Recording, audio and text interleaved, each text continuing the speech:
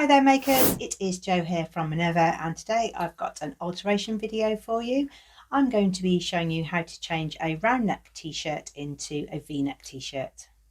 You could do this alteration at your pattern cutting stage, so if you've got a round neck t-shirt pattern that you like the shoulder fit of, the sleeve length, the hip ease, you can switch this out on your pattern piece, so you can trace off your round neck t-shirt and then do the cut line that I'm going to show you today to create a v-neck. You might also be using this technique if you've made something and then you didn't like the fit of it. So then if you add a v-neck, it changes the overall shoulder and bust fit. If you've got a larger bust, a v-neck is sometimes just a little bit more forgiving, give you a little bit more space at the top. Sometimes a round neck can be quite restricting. You might have also thrifted a t-shirt, which is what I've done today. I've got a t-shirt that has a round neck. It fits everywhere else, but I'm just going to show you with this t-shirt how to create this technique. It's a simple jersey t-shirt. I'm wearing it here. You can see the round neck. It isn't actually overly tight or anything. It was just a good one to show you how to put a different shaped neckband on. So here's a look at the t-shirt before we start.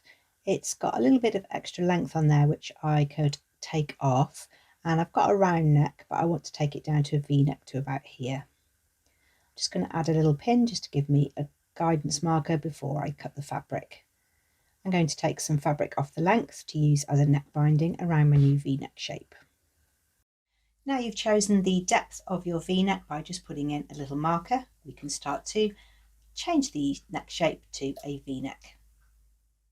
First of all, you'll need to get out your unpicker so you can remove the existing neckband. If it's one you've made yourself, you might find it easier than a ready-to-made one, which may be made on a cover stitch machine. Once you've taken it off, you can't use this because it won't be long enough for that extra length. So we're going to take a look at the hem. I could lose a little bit off here. I could unpick it, iron it flat and remake a hem depth, but actually it's exactly the same depth as my neckband, so I'm just going to cut it off as it is.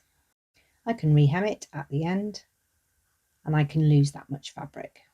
Here's my piece of band, and it's got a nice stretch recovery across the width, so it will definitely work for the neck. And I've just got my pin there as a guide, but it's not accurate at the moment, so I'm going to bring together the shoulder seams, draw the fabric to that V area and pin in place. With my pins, I'm just taking a little bit of a guide for a cut line here. Take your time. You might want to just have a little test of that, try it on again, because once you've cut it, you can't put it back on. Make sure the raw edges are lined up so you get a symmetrical V shape.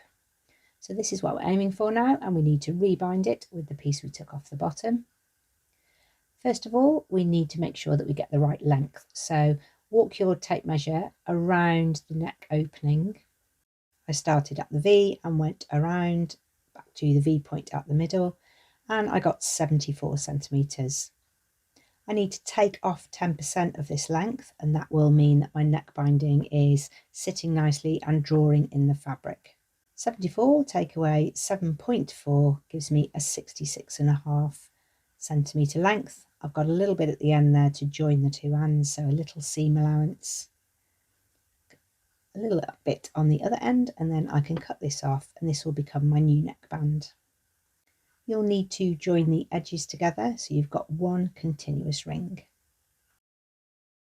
I've started at the centre point. I'm just giving my neckband a little stretch to get it to the shoulder point, and now I can join up those shoulder points and find the V-neck position at the bottom.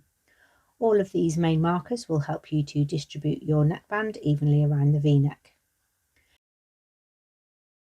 Put your fabric right sides together and ease your neckband onto the t-shirt shape. You can see there I've got more fabric in the top than I have in the neckband, and that should be correct.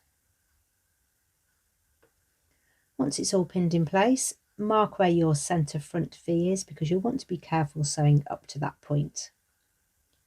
When you sew, you can just ease out the ripples in the fabric, but don't overstretch it.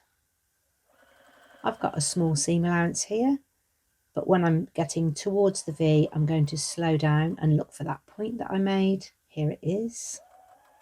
I'm going to stop there and really try and ensure that I get a V-neck shape, not just a sharp curve.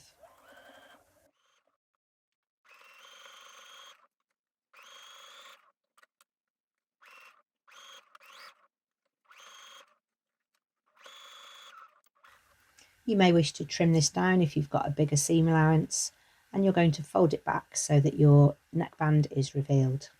This was a ready-to-wear t-shirt, so I've replaced the binding on the back neck and I've overlocked the edges, but you could just zigzag those.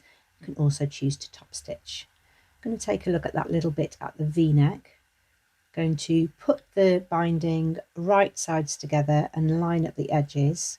I'm going to sew a tiny little line here.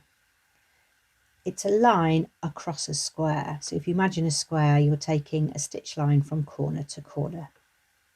When you do this, you may find that you might need to snip at the bottom depending on how deep your V is. Mine's fine as it is. I'm going to leave it there and not create a weak point.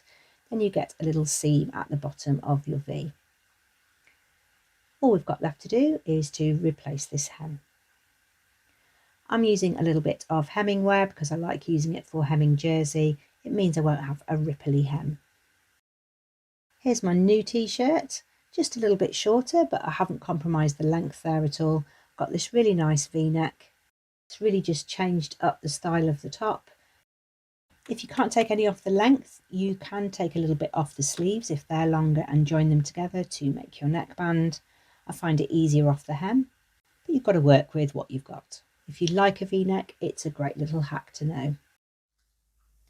I hope you found today's quick tutorial useful. It might be something you put in your saves for later and maybe something that you revisit. It's a great way of taking a top that maybe you don't wear as much as you thought you would, changing up the neckline, and maybe it will get a little bit more frequency and wear. We would love to see you over on our website, so show your makes there. You can make an account for yourself. It doesn't have to be something from Minerva. It can be just a little hack or a tip or a technique, and it's really great to share those moments with other members of the Minerva community. It's a really inspirational place to be, and it's a great place to get ideas for new projects. Thank you very much for watching, and we'll see you again soon.